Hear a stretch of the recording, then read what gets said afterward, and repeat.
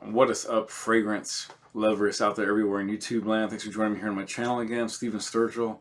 Today, guys, I've been on a real long oud kick, and that probably will continue somewhat, giving it a little bit of a break today as we take a look at, took me forever and ever to get around to it finally, but some people online, maybe justifiably so, have been mad dogging me for comparing low budget cologne slash eau de parfums like Très de Nuit and La Parfait and maybe one other I can't think of at the moment. For me saying, blah blah blah compared to the real Creed Aventus or the real Creed Git, which is Green Irish Tweed.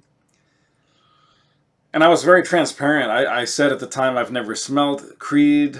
It's just not a house that was very much... I'd heard about it for quite a while. Just never really lit my radar up for whatever reason. Didn't know much about the house.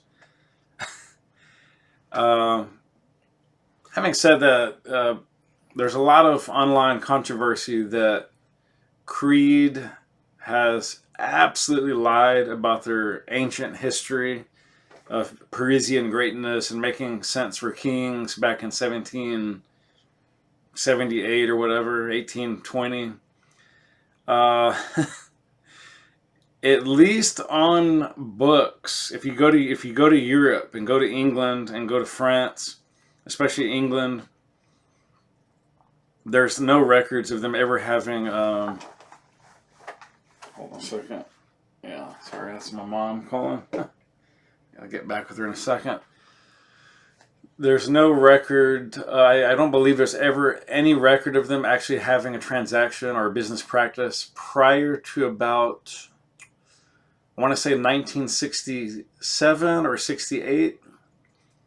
Thereabouts. We'll just say the mid to late 60s. There's just no record. So I'm kind of on the fence whether I believe they really existed prior to that year or not. There's a lot of so-called experts online that say there's no proof. Whatever, though, that's not for me to decide. All I can tell you is what Creed is today, and that is one of the premier, excellent houses using absolutely top-tier, niche-level ingredients.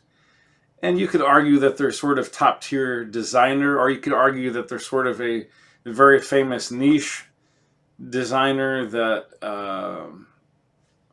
knows how to do it. And so because of their success, comes off so much more designery, if that makes sense. I don't know, that's kind of like splitting atoms. Whatever the case, they make awesome high-end luxury perfumes, which are not totally out of reach of the masses. They're not going to be the uber, Roger Doves that cost $1,500 a bottle, $3,000 a bottle, $10,000 a bottle if you get the all gold diamond studded edition.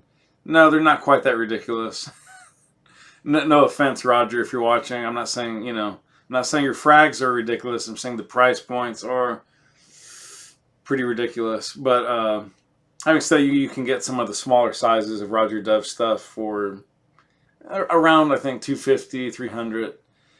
Not that out of reach if you want to save up for a rainy day, pull the trigger. Anyways, I digress.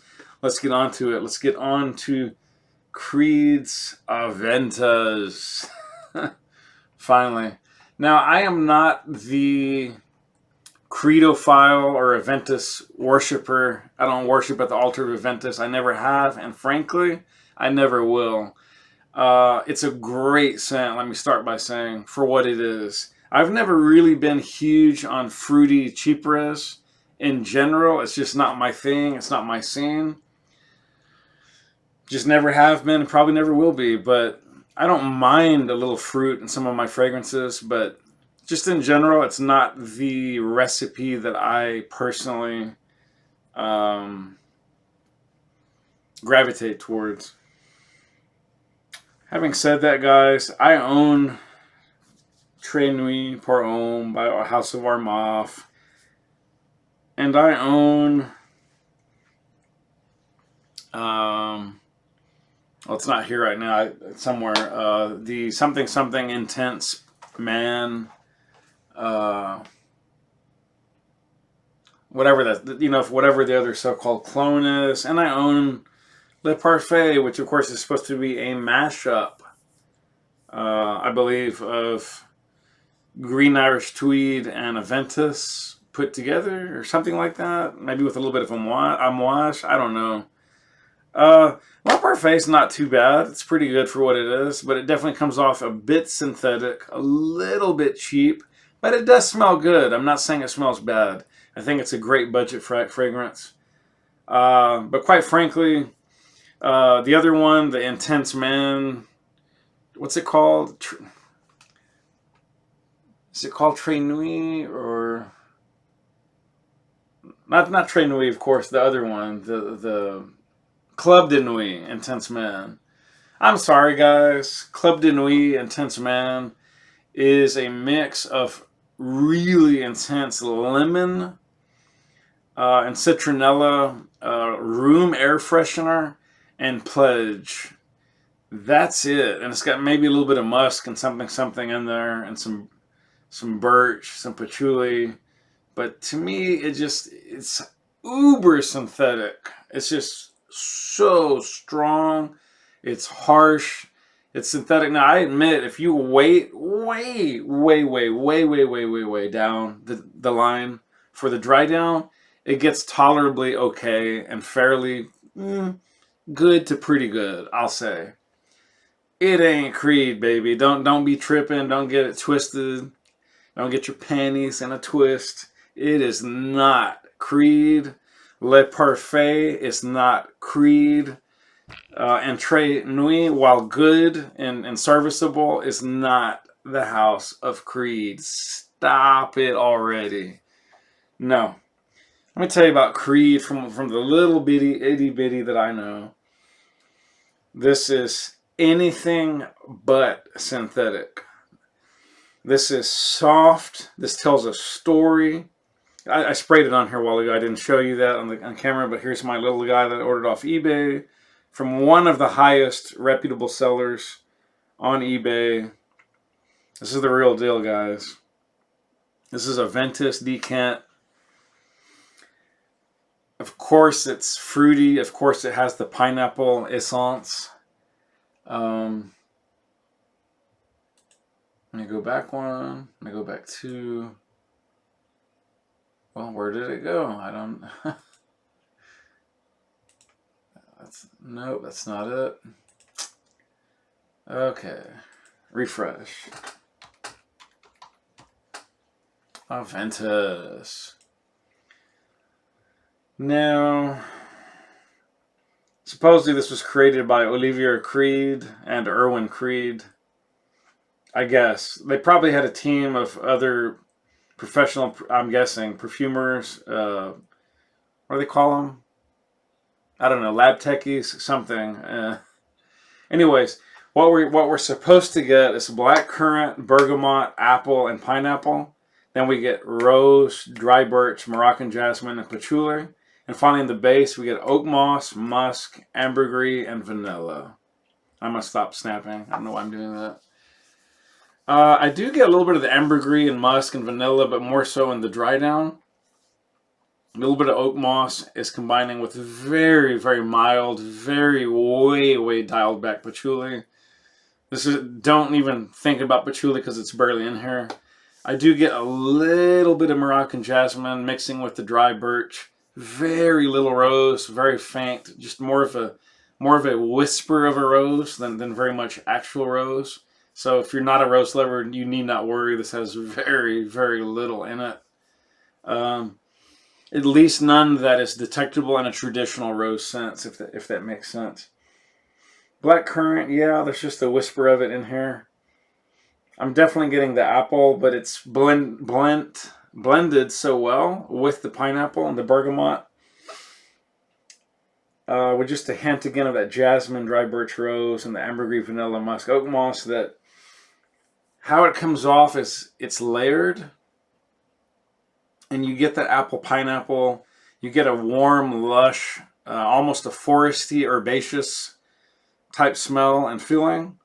Not so much woodsy. I wouldn't, I'm not getting a strong woodsy, cedary, pine, nothing like that. There's no sandalwood in here. It's not that kind of thing. It's more of an implied essence of like a lush, woodsy meadow, but you're not really getting all the sort of pine and cedar. You're not getting any of that. You know, there maybe a hint of like oaky birch, you know, which is very sort of a dry, bright, slightly metallic sensibility. I don't want to say smell so much, but more than anything, this is just soft. It's French. It's definitely unisex, but I don't know. I kind of almost think of it as slightly more macho for whatever reason. Maybe because of that oak moss and ambergris. I mixed it with the musk and the birch, the black currant, the bergamot. It comes off to me maybe like 65% masculine, 35% feminine, if that makes sense. But it's definitely unisex. What a fragrance, guys. This is absolutely... It's not even just... It's not fair to say it's next tier from so-called cloners like this. It's next stratosphere, guys. This is... Just stop faking yourself out and pull the trigger, buy a decant. This is lush, soft, natural. It breathes better. It wears so much better. It's soft. The way it just wafts or wafts around you. The sillage is excellent. Performance is not beast mode, but it's very, very good indeed. I got an easy 5 to 6 hours push, and then it finally started dying down to more of a skin scent / very mild soft scent bubble. And I could still easily smell it all over my clothing. And even if I kind of went like this, it was my work scent earlier today. And again, it's not a beast mode frag. I'm not sure it needs to be, but it's definitely a very strong performer. Definitely got some really strong compliments today at work on it. So it's definitely a compliment getter. It's, for what it is, guys, again, it's not the type of scent profile I would normally rock that often. But for what it is absolutely divine. It is phenomenal. I would say best in class by a country mile. Stop kidding yourself and pull the trigger on a real Creed Aventus, and stop hating on the original. Stop it already. It doesn't get any better than this if that's what you want. So pull the trigger. I think they'll run you anywhere from about 185 if you get the smaller one to 3 something if you get the bigger one. 340, 350, maybe all the way up to 400 depending on the Creed perfume that you're trying to rock. That's gonna do it, guys. It is what it is. When you're the king, all pretenders to the throne must fade away and bow down in obeisance to the original progenitor. Don't get it twisted, baby. There's only one Creed and there's only one Aventus. Period. I'm out. Much love. I will see you guys next time, hopefully on my channel, if not somewhere else. Spray often, spray well. Live life, baby, on your terms, not someone else's. Peace. I'm out.